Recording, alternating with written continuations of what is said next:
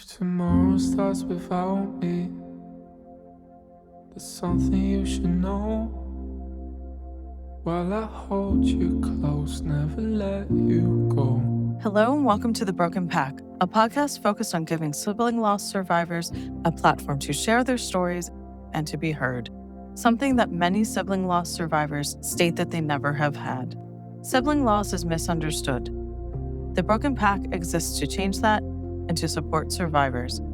I'm your host, Dr. Angela Dean. In today's episode, I spoke with Valerie. She talked to me about losing her brother Andy, their close relationship, and how she's doing in her grief today. Take a listen. 'Cause you never know, you just never know. All right, so welcome to the show. How would you like to introduce yourself to our listeners? My name is Valerie, and I'm in my late 20s. I'm a physical therapist, and 3.5 years ago, I lost my little brother. Thank you for sharing that.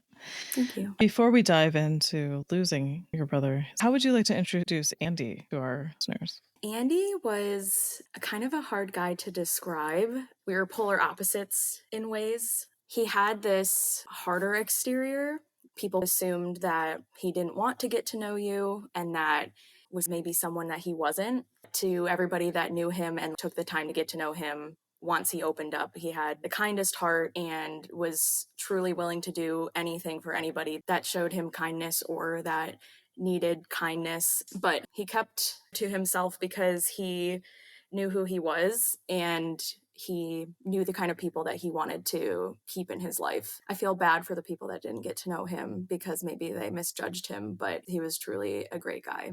Oh, how was your relationship?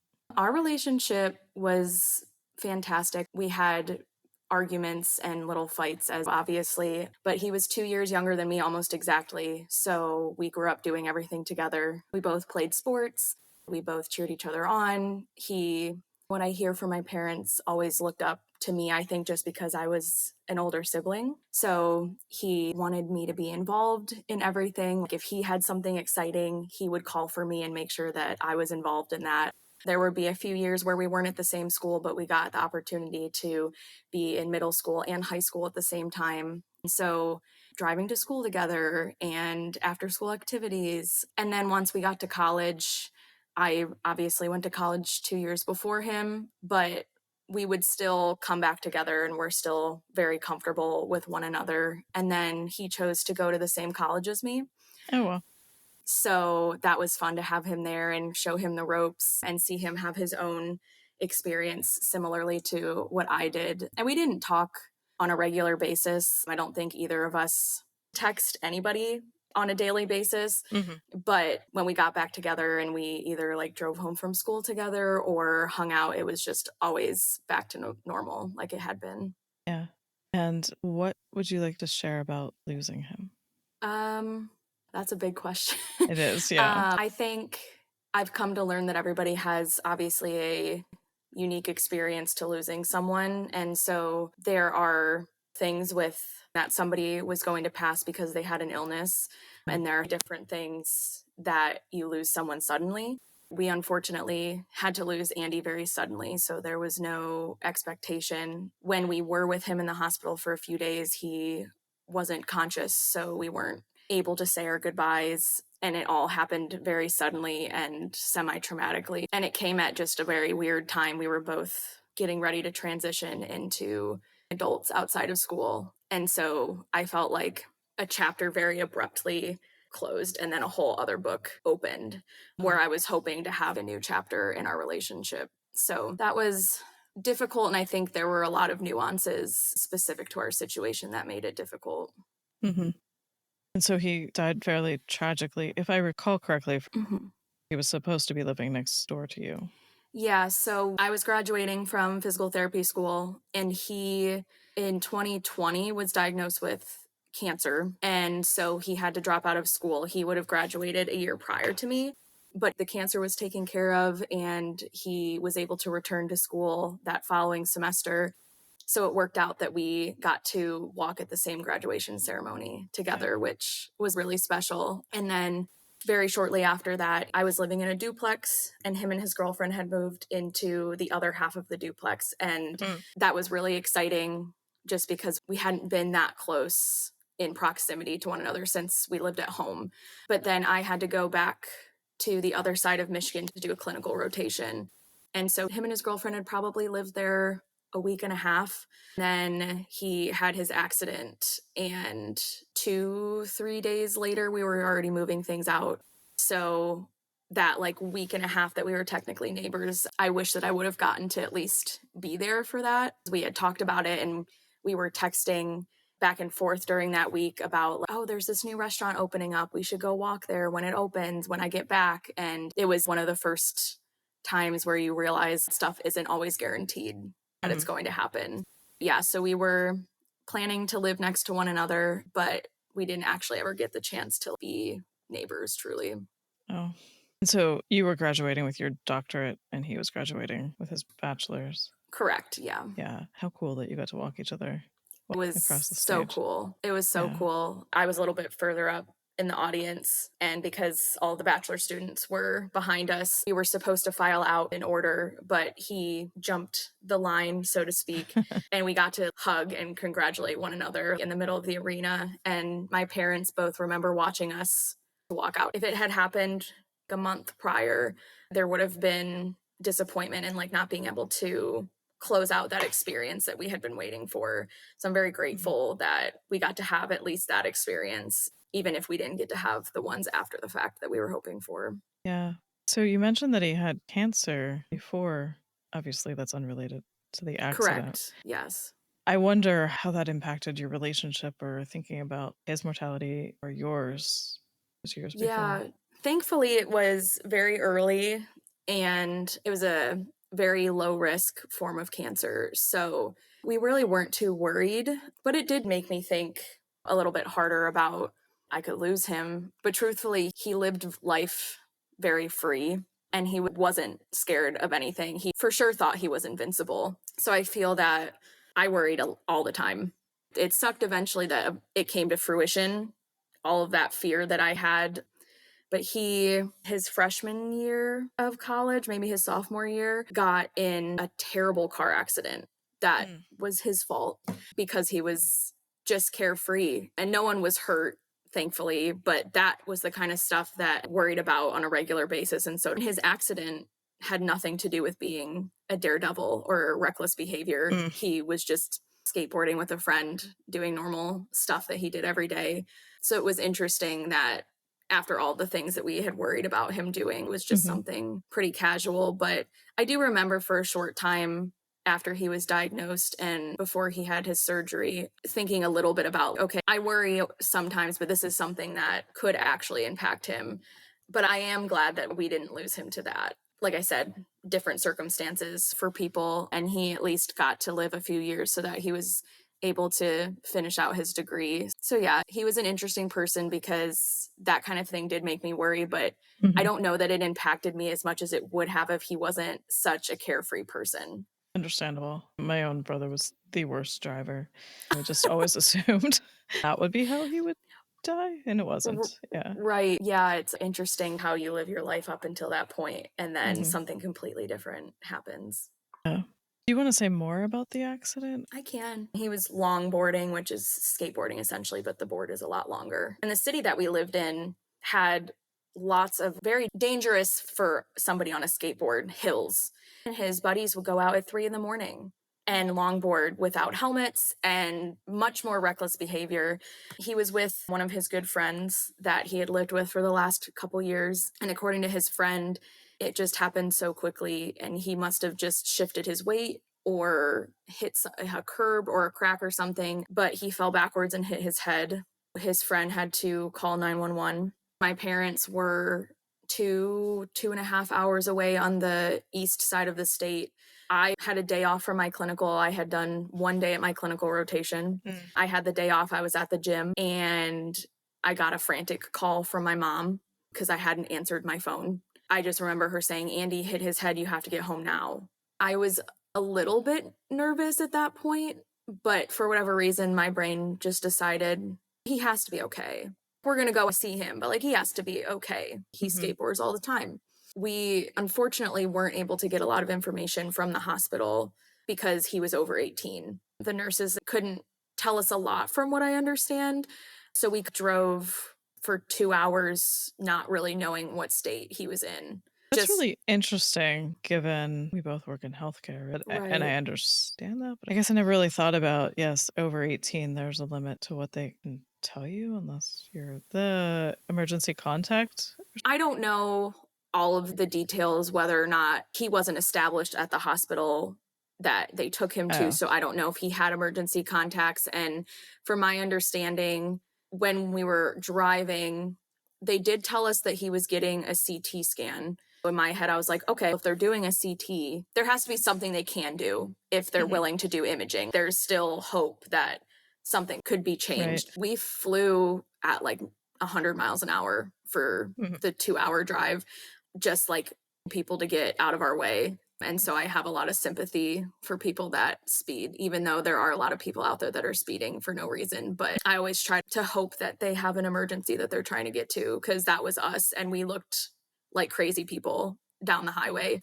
It's pretty ironic given you just described his driving as reckless, and yeah. Yes, Okay. it is ironic because I used to tell people the person that's like going 90 and weaving in and out of lanes on the expressway, that was my brother. Even when I was in the car with him driving back to school, that was Yeah. us. Holding on for dear life to the handle side of the door. We got to the emergency room. They took us up, and his girlfriend and his friend who was with him were there. You could tell that his friend's shirt was covered in blood. They had been waiting in the waiting room the whole 2 hours. They really didn't know anything. His girlfriend, she's the sweetest thing, just looked so distraught and confused. I don't blame her for that. So we had been sitting there for a while, and the emergency neurosurgeon came out and asked for the family. And so he took my parents and myself into a room. And at this point in my schooling, we had gone through our neuro semester. We had talked about brain injuries, we had talked about spinal cord injuries. And so I wasn't fully fluent in the language, but I was able to recognize, and you could tell by the look on his face that it wasn't good. But it was a skateboarding accident. So, like, I knew he hit his head, and he asked us, do you want me to tell you all of the details of his injuries? And we're like, yeah, sure. Then he proceeds to list this laundry list of pneumothorax, and both vertebral arteries were hit. He fell off his skateboard. How did he puncture his lung? How did he injure both vertebral arteries? His brain had a significant amount of swelling. He had fractures on the back of his head. He had facial fractures. And I just didn't understand. Did you And ask in that moment? I didn't. He just kept going. And then the last thing that he said was that he didn't currently have any brainstem reflexes. And I was like, what do you mean? Like, how is that even possible? I knew enough that I knew that wasn't good. My mom is a nurse, but I don't think she has that extensive of a background. And my dad is not in healthcare. So my dad, obviously it sounded bad, but he didn't know how bad it was. My mom knew it was bad. I knew it was bad, but they were still able to keep him alive, so to speak. And so he was on life support in the neuro ICU. And there are a lot of details in there that I don't necessarily remember. It was a blur, but we did spend about 2 days with him in the ICU. He was unconscious and on a ventilator, and we all just sat and cried. I remember walking into the room, and they obviously had not taken time to clean him up or anything. So he still had blood all over his face, and you could tell that his head was already starting to swell, and it just didn't look like him. I don't know that I've ever cried that much in my life. I think the only word I can describe it is wailing. You could probably hear us from downstairs in the hospital. At first, they thought that they could do a procedure to relieve the pressure on his head, but then they said that it was swelling too quickly and that they didn't think that it would do anything because his brainstem had already lost blood for a significant amount of time. The hospital that we were at had a hotel, so we stayed at the hotel that night. I don't remember us sleeping. And then the next morning, as soon as we could go visit him, we did. At one point, it must have been just a physiologic reflex. I saw his foot move, and then he started choking. And that was like a moment of gosh, is he waking up? But then they spent an hour pumping him with fluids and alarms going off because his blood pressure was tanking. And ultimately, at the end of that day, so he had his accident on a Tuesday. At the end of Wednesday, they had done 2 rounds of brain death testing, Which is not for the faint of heart. For our no, listeners, yeah. that was really tough. We were at a teaching hospital, and I don't feel that the doctors had the appropriate bedside manner for family members. We had his girlfriend and his friend leave the room, but I was there for the one and watching them do checking for pain reflex and all of that was tough. And then unfortunately, my mom was the one that had to make a lot of the decisions by herself because my dad didn't have the knowledge to make those decisions. But once they do that final round of brain death testing, then that's official time of death. So they turned off the ventilator, and the nurse was kind enough to turn off the vital monitor so that we didn't have to go through hearing all of his vitals go and the machine beeping, and they shut the lights off for us. And then the nurse let us know when officially was no longer being supported by the machines. And I think in all of that being really traumatic, the hardest part was just having to leave him there. It's a little bit graphic, so I apologize, but I kissed him on the forehead before I left and he was cold. And then the nurse said she would take care of him, but we just had to leave. And then we left the hospital and we were like, what do we do? Yeah. And we hadn't eaten. So it was so bizarre. There was a McDonald's by my apartment, and we went through the McDonald's drive-thru 15 minutes later. And then we went back to my apartment and we slept. And then obviously, for anybody that knows, after losing someone, like that first 2 weeks of having to make decisions just started immediately that next morning, calling family members. I don't know that any of our family members knew the extent of his accident. And so I think it was a really big shock when they had heard that he didn't make it, because I, even being there and hearing the doctor tell me all of his injuries, it still doesn't make sense to me, honestly, to this day. I don't know how he could have fallen to have sustained all of those injuries. I think it happened so quickly, and traumatic accidents do happen very quickly, but it's such a whirlwind, just feeling like you're in another universe while it happens. I very distinctly remember it, but then it also feels like it didn't happen at the same time, which is an interesting thought process For to have. sure. It's shocking. Like, I'm somehow in this dream in which your brain is protecting you from the shock of it all. So when you think back on it, it's really hard to feel like it's real.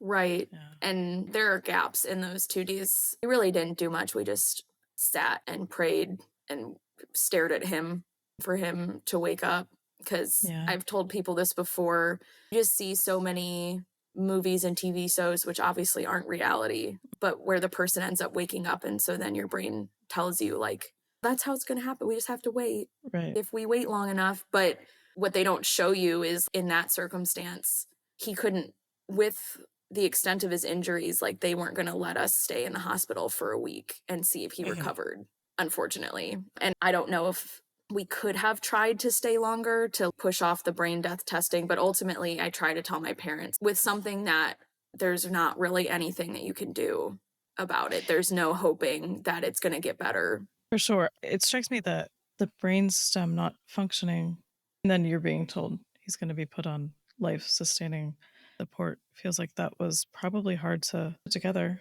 especially given what you know. Yeah, I don't know that I fully processed it at the time, but when somebody gets put on life support, you do feel like there's some hope. And I feel like our hope was maybe if his brainstem is able to perfuse. I wasn't sure at that time, being a student, what the odds were that if you are lacking those vital reflexes that show you that you have of your brain that gives you life, whether they could come back or not. I think I was just hoping and praying that it could. It is interesting. I don't know that I've ever thought of it that way, wondering why they decided to put him on life support if he was missing those vital, life-sustaining parts of his brain. But I am glad, it, in a way, that as traumatic as it was, that we did get to have those couple days all together. It was my parents, his girlfriend, his friends, and then his girlfriend's mom had driven up to be with us. And so there were back and forth of crying, begging, and telling memories. So I think that ultimately I wouldn't have wished that we didn't have those days with him. So whether or not the life support could have or would have done anything, I do feel like those days were helpful to a certain extent, which seems like a weird word to use.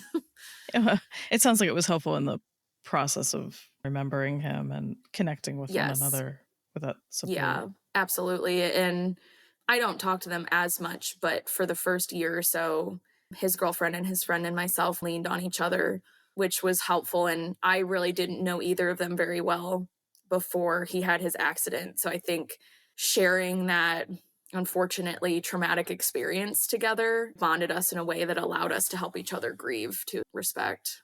Did his girlfriend remain your neighbor? She did not. She did go back the next day to collect her things, but I don't think she stayed in the apartment after. There was even a time where I was with her and I had to go get something because I ended up moving back in after my clinical rotation. And by that point, there were new neighbors living there. But she was in the car with me and I asked her if it was okay if we parked up the street. I was like, you won't see the apartment. I just need to go run and grab something. And it was very difficult for her. Mm-hmm.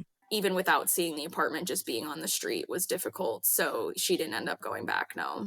So you did a clinical rotation after graduation? I was confused. Yeah, so I was affected by the whole COVID situation. I was a year and a half into my program when COVID hit.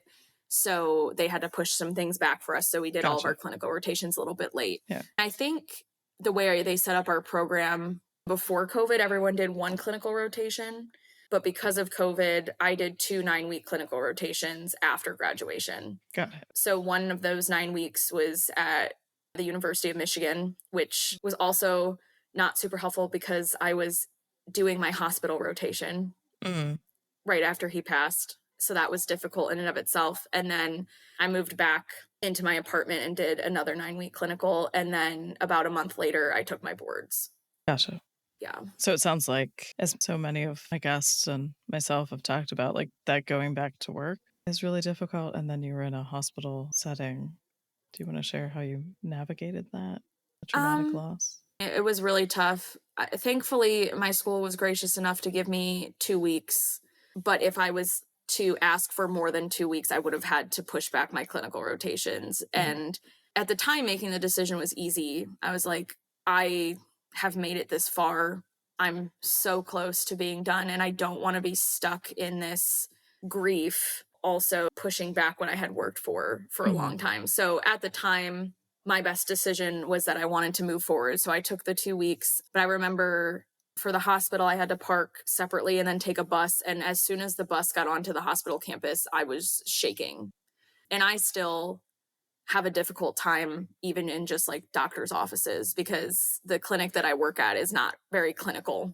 So anytime I have to go to a doctor's appointment, I feel myself get anxious. I had a couple panic attacks, particularly because we had to wear PPE still and we had N95s. There were times where I had to ask my clinical instructor, like, hey, can I not come to see this patient? Because the machines beeping were traumatic. And I asked her that if we had to see anybody on any type of life supportive machine, that I asked if it was okay if I could not do that. I was very lucky to have a very kind and compassionate clinical instructor. So she really helped me and was aware of my emotions and where I was at. And truthfully, I don't know that I would have passed either clinical rotation if I hadn't had instructors that were understanding of my situation. Because at the end of every clinical, your clinical instructor has to give you a independence score. Looking back, I don't think I was half as independent as I should have been at those clinical rotations. I mean, I wasn't half of myself at that point either. That's an interesting term, like half of yourself, right? I wonder how that relates to your identity as a sibling then and now. Even at this point, 3.5 years out, I still don't recognize myself a lot of days, which kind of adds to that grief. And I'm sure a lot of people can relate to that. It does feel like a completely new world. I left that world in which Andy existed, and now we're in a completely different one. And I think that's a big part of what I've struggled with is that identity factor. He was my only sibling. And so when it's just my parents and myself, it doesn't feel like our family. And I know that I'm still a big sister and that never goes away, but it is tough because I don't have that companion anymore. I've loved in your posts how you've talked about that person, they were keeping specific memories that only you guys shared. Yeah. And that person is supposed to be the person you know the longest in your life. Absolutely. So I've noticed that it's hard for me to even remember the person that I was before he passed. That's a valid concern and something that so many of us struggle with. And there's this push, oh, I have to get back to my old self. Maybe not from ourselves, but from society. But we can't be that person, which No. adds to this loss, right? Andy wouldn't recognize the version of you that is you now. No. Because you've had to adapt. And like you said, that's difficult in that specific detail that the person that you miss so much wouldn't even necessarily recognize you as a person. And so then that makes you kind of lose even more of that person. You're already going through all of this loss and grief, but then to lose yourself and then also lose a piece of that relationship that you had with that person. Mm-hmm. Because I'm not the person that had a relationship with my brother anymore. And you're right. People still see you as the same person on the outside. But if you've never lost someone, which is by no means anyone's fault, I would prefer that they didn't understand the loss of someone close to you. You just don't have the ability to understand how differently you feel as a person and how if you haven't seen me in 3 years and you were around me, I would be somewhat similar, I would imagine, but not anywhere close to the person that I was. What do you miss about your old self? It's a fabulous question. I think I was just thinking about this the other day. I miss that I didn't used to be so negative. And I try, and I think that my job forces me to be positive because I have a job where I have to have relationships with people that I do truly care about. I almost feel like the person that I am with my clients is more who I used to be. And then as soon as they leave, I take that facade off. And I miss having the energy to be that way all the time. I'm definitely more angry in general. I didn't used to be this angry. You don't seem angry today. I think my anger is triggered more easily than it was before he passed. And I get frustrated with things more easily. And things linger a little bit longer than they used to because I do a really good job, which is not a good thing, of ignoring the grief a lot of the time because I have to be on and be energetic every day for my job. And so that is difficult to navigate. How do I grieve, but then also not let it affect the person that I have to be at work? Because I do want people to feel comfortable with me. I want them to feel positive about their situation, and then I want to help them. But I have a hard time allowing the grief in and also being able to be that person. So in order to be that person and make money and do my job, I kind of have to ignore the things I need for myself, which is grieving.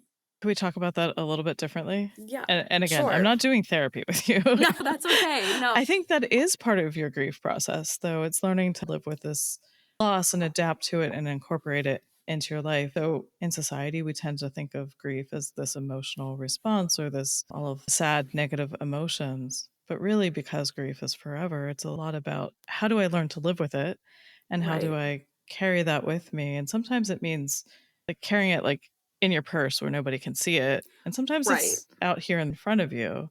And so I do think that you are grieving. I think that you've learned to adapt, that like you can't go to work as a sobbing mess, right? Right. And I have worked on that a lot when I spend an hour with every single person at least once a week. And so you obviously get to know each other during that time. And the question of family is bound to come up during that time. So when someone used to ask about my family, if I had siblings, I used to just talk about him as if he still was here and ignore the fact that he passed. And it was easier for me at that time to just not even acknowledge it. But now I feel more comfortable stating the fact that he's not here. So that if somebody asks me, do you have any siblings? I say, and I don't know if I'll probably change this as time goes on, but I had a younger brother and he passed 3 years ago. And then depending on how comfortable the person is with grief, a lot of times people aren't expecting it. Right. Because I am very young. I don't think that is even a thought in their mind. I could have lost a sibling, let alone my only sibling, just because people don't think about that on a regular basis. They're Right. asking you a very innocent question. They're just making small talk. Oh, do you have any Exactly. And siblings? then I drop this huge bomb on them. But I feel more comfortable doing that now, and I can tell that they're not comfortable. Then I just move on. That was really hard. Thank you. Because most of the time they say that they're sorry. I say thank you, and then we kind of move on with our session. But occasionally they'll have lost someone, which I think are the people that are typically more comfortable talking with you about it. And so then we get to share back and forth about that. When I was working with a therapist a little while back, she was like, okay, well, yeah, you can't be crying at work, obviously, but I need you to go home, save those emotions, and then process them at home. I'm still not good at doing that. So that's where I feel like I do push those emotions down. And because when I do talk about it at work, it has to be very short and sweet. Mm-hmm. Because the session's not about me, it's about my client. Right. I think I've jaded myself.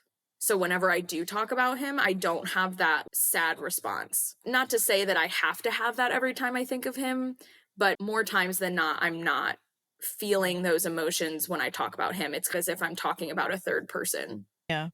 I wonder if you're able to stay connected to how he lived and not just how he died.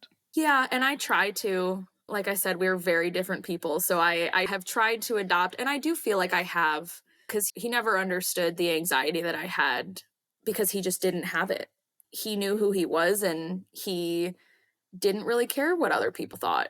He didn't care what was going to happen because he just trusted that whatever happened was meant to happen.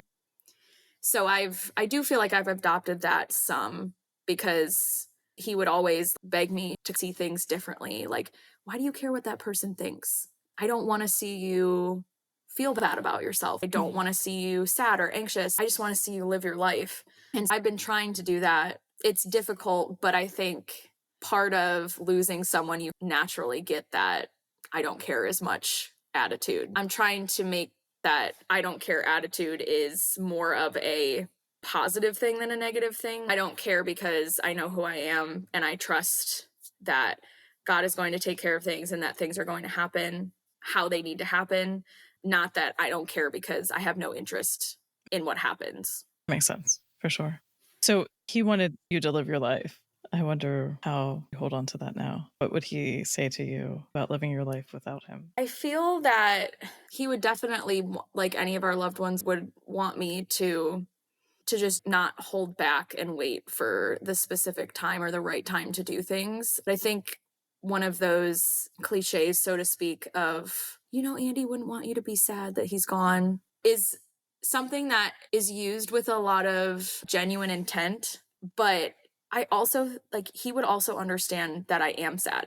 Right. Yes, of course he would want me to live my life and be happy and not let the weight of his passing keep me from doing things that bring me joy. But he would also understand, yeah, I'm not here anymore. Of course you'd be sad. Right. I always think the same thing, right? Like, if they thought we weren't sad, wouldn't they slightly be upset? I don't know. Right. Wouldn't they be offended? Yeah. Oh, I didn't mean that much to you, that you're not sad. Yeah.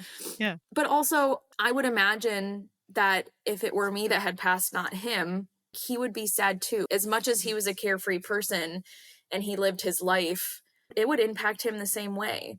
And maybe even so to where he wasn't doing as much as he used to. Because the thing that we shared was that we're both very emotionally bound, empathetic people. And so when you are grieving and see people around you that you love grieving, it takes a toll on you. And of course, Andy would want me to be happy, and he would want me to go travel, and he'd be proud that I was going to work and doing the things that I needed to do. But I know that he would tell me, like, if you need to be sad, because again, who cares what other people think? If you need to be sad, don't let people tell you can't be sad. Who really cares? Why are you putting so much emphasis in other people telling you how you need to feel? Because however you need to feel, just feel it. And I could, in the way that he used to tell me things, I could hear him saying, who cares if somebody thinks that you shouldn't be sad? They don't know. Yeah. They don't know what you're feeling. Exactly. Yeah.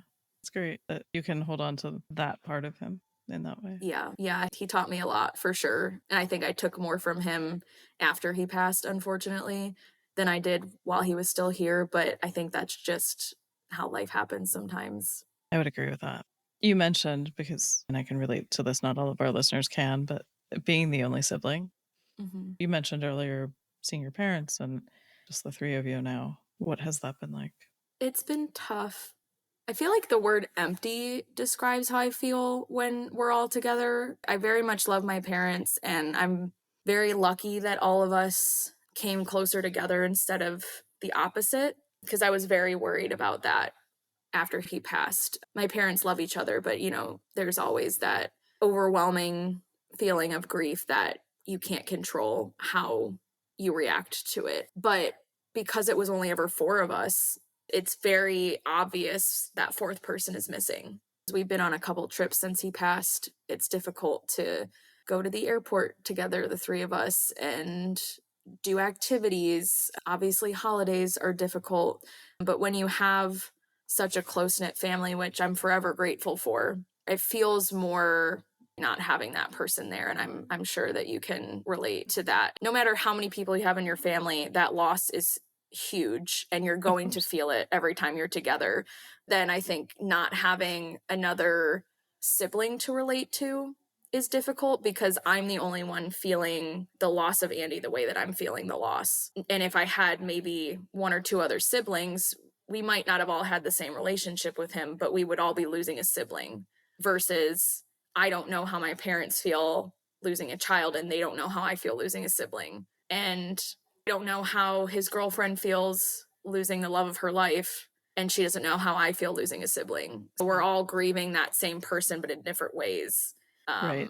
And so being the only sibling and having that be such a huge part of my identity because we were so close, it's just weird now that I don't have that extra person that's a part of our family. Yeah. I've talked to other siblings who have lost a sibling but have remaining siblings. And I think we can't compare that because we never knew what it was like to have another Right. sibling. And so you're still grieving the person. Of course. And being able to talk about losing a sibling, it's, again, our parents, we can't understand that either. So I think relationships are hard to compare. And as you go through It's the rest hard. of your life and not have him there, it's all hard.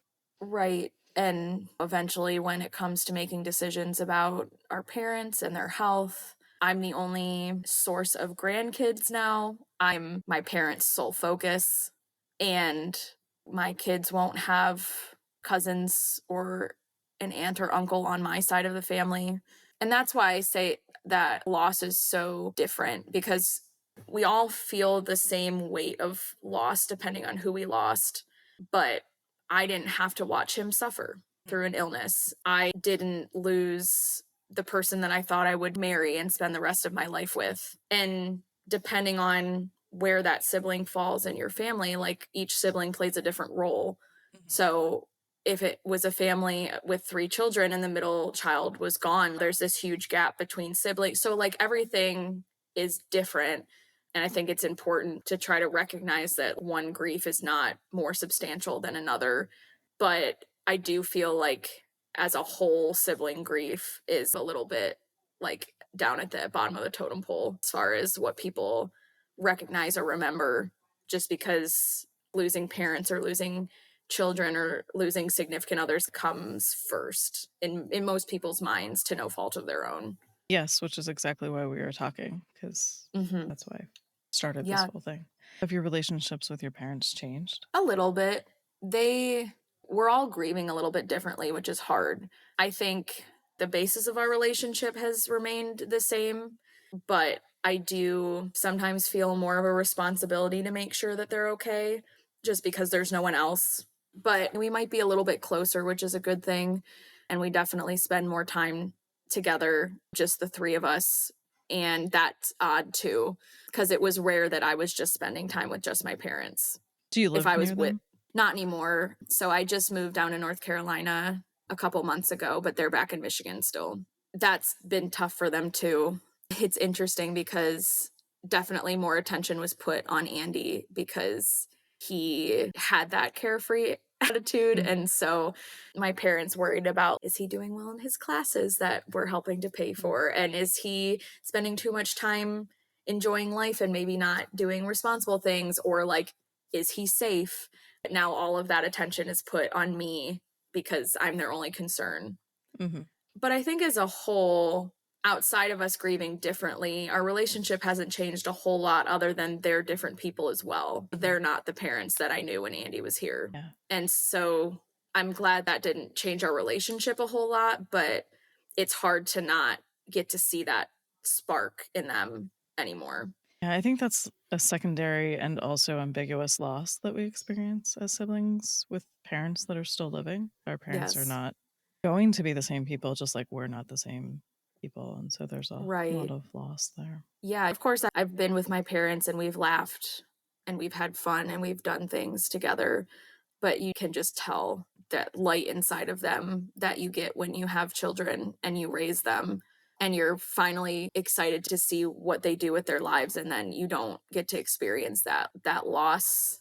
I can tell has just drained them a lot, which as it should, but it's just hard to see people that you love so much also hurting. So yeah, that's definitely a big part of the loss as well. Are there things that you wish other people understood about sibling loss?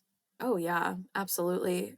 I even think people that have lost siblings that they weren't close with growing up or didn't have that close relationship with their siblings, they're still grieving significantly. But people that haven't lost their siblings, that weren't close, or maybe there was a large gap between them and their siblings, I just think that it's something not a lot of people think about as how heavy that loss could be. And that grief in general, I have so many things that I've learned in the last 3 years that I wish people knew. I've realized even myself before Andy passed, I did not know how to handle grief. I didn't know how to think about others that were grieving. But with sibling loss, there were many of times where it was just me and Andy in the basement playing video games. And now that he's not here, I can't share those memories the same way. I can talk about them, but I can't say, oh, do you remember that one time? Or do you remember when we did this, or we got in trouble for this? Or remember when mom and dad used to do this? All of those things that are an essential part of how you grew up and who you are as a person are not gone, but you don't have that person to talk to about them anymore. There are so many times where something comes up so specific to our childhood, and I try to talk to my boyfriend about it, but if he didn't experience it the same way, it's not his fault, but he doesn't understand. And so then you don't get that satisfaction of getting to be nostalgic. Right. Because that wasn't the person you shared that memory with. And so I think a lot of people also don't realize that sibling loss gets tucked behind the other losses of that person. I've never experienced this personally, thankfully, but I can imagine, or I've heard people talk about, you need to take care of your parents, and everybody else gets more attention.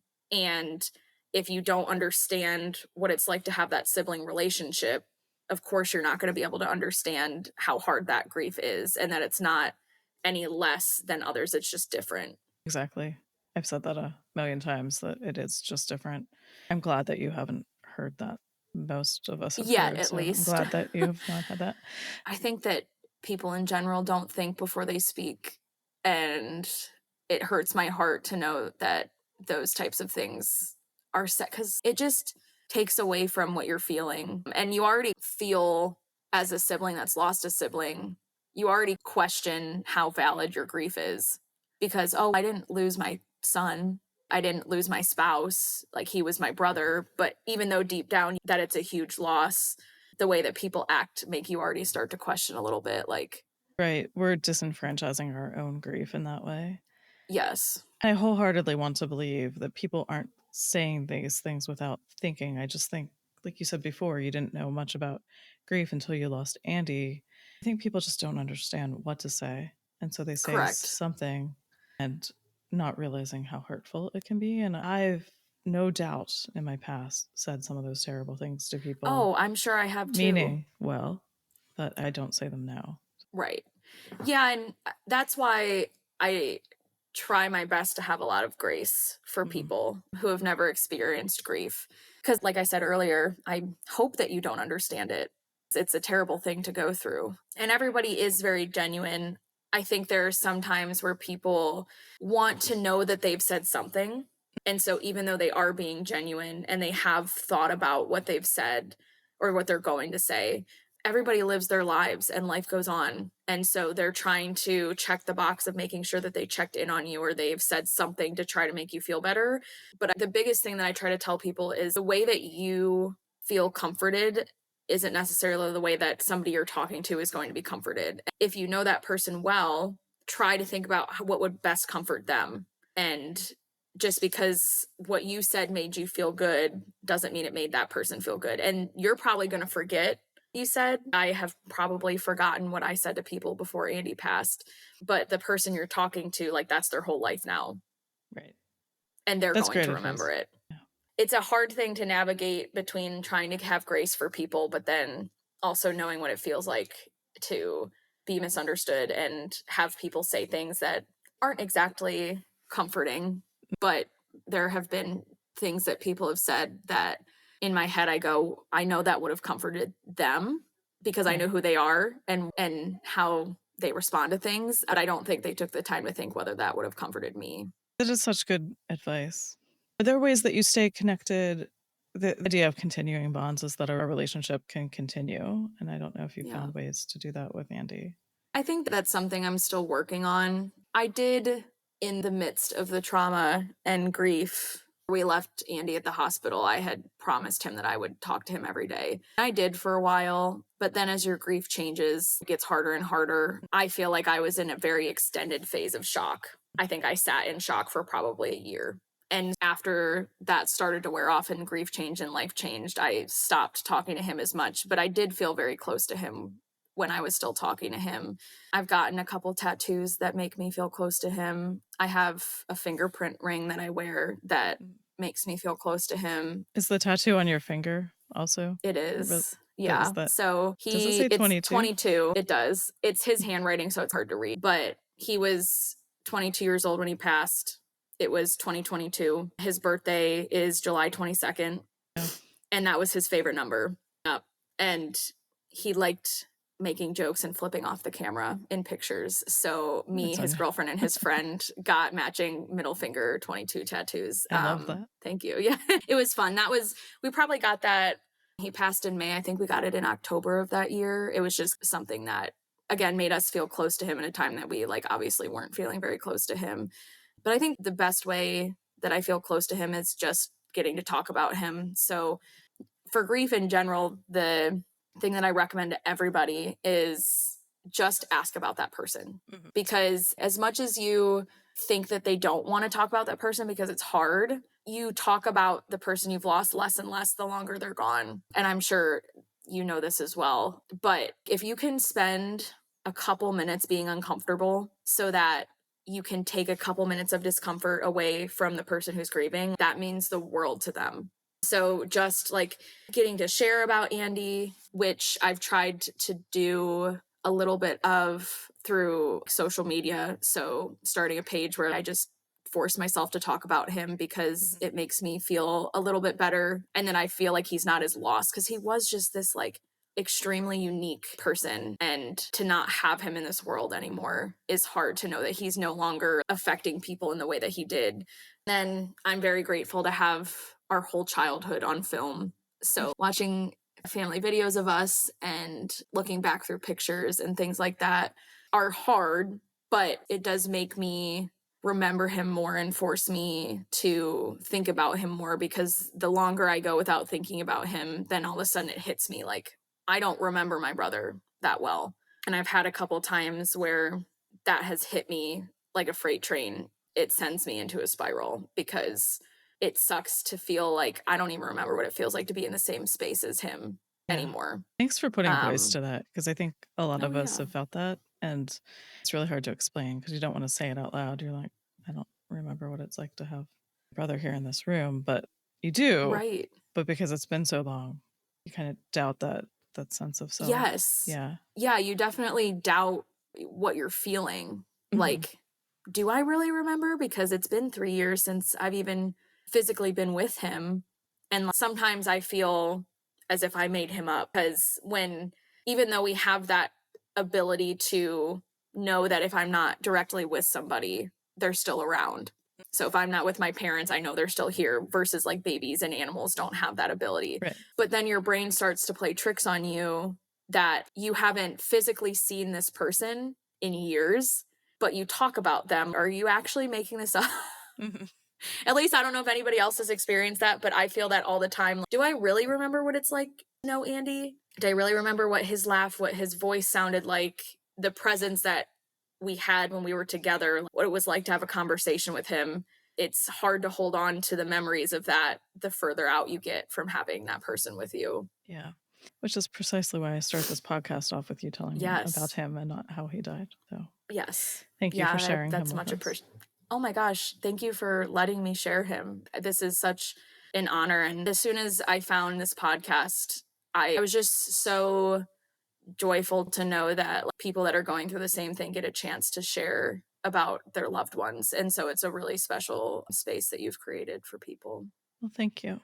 Before we wrap up, what are some of your favorite memories of you and Andy? I love that question.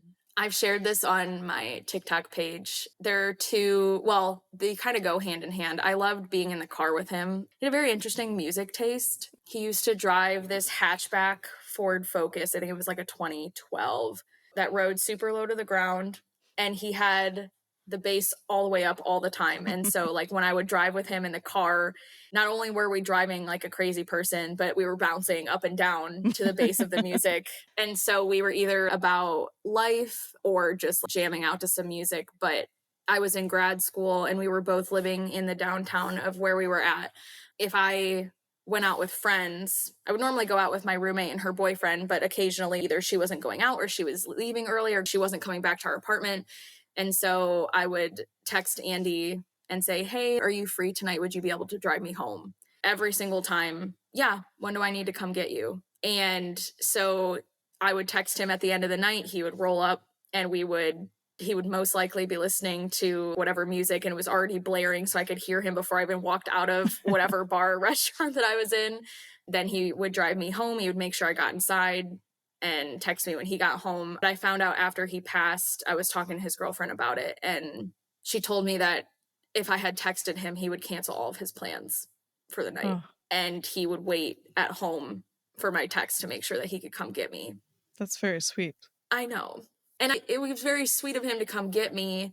And I knew that at the time, but to hear her tell me that like he really enjoyed being the one that come pick me up is really special for me. And so I'm really happy that we were close enough that she was able to tell me that because it added more of a special moment those times. It was quite a few times that, and I'm not a big partier or a big drinker or anything, but being a responsible person, not wanting to drive myself home. So I would always just see if he could take me. I also loved getting to see him be in a relationship, which I think because he was a very closed off person, not very many people got to see how good of a boyfriend he was. He had always told me like, I don't care to be in a relationship. I'm being on my own because I don't have to worry about anyone else. But he loved his girlfriend and they had such a genuine, sweet relationship.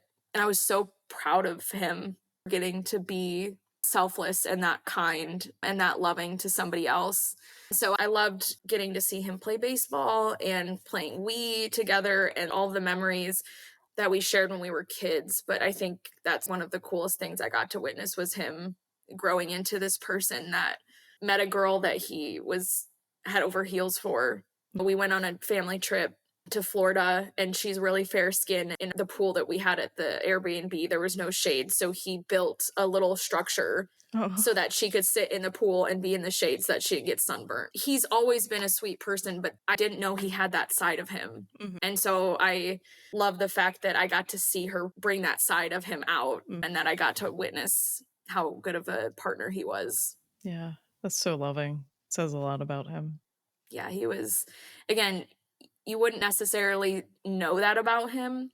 He was very stoic and he was tall and stocky and didn't really smile all that often. When he was just out and about, he was very serious.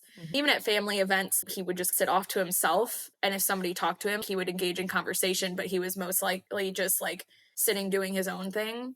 But if you knew enough to go up to him and talk to him, that's all he needed. to know that you cared about him and to know that, okay, this is somebody that I'm going to take care of now. Yeah. Thank you. Thank you. All right. It was a pleasure to meet you and talk to you. It was a pleasure to meet you as well. And thank you again for letting me talk about Andy. For sure. Thank you so much for listening. Our theme song was written by Joe Millwood and Brian Dean and was performed by Joe Millwood. If you would like more information on The Broken Pack, go to our website, thebrokenpack.com. Be sure to sign up for our newsletter, Wild Grief, to learn about opportunities and receive exclusive information and grieving tips for subscribers. Information on that, our social media, and on our guests can be found in the show notes wherever you get your podcasts. Please like, follow, subscribe, and share. Thanks again. You're second guessing, oh, you never know, you just never know.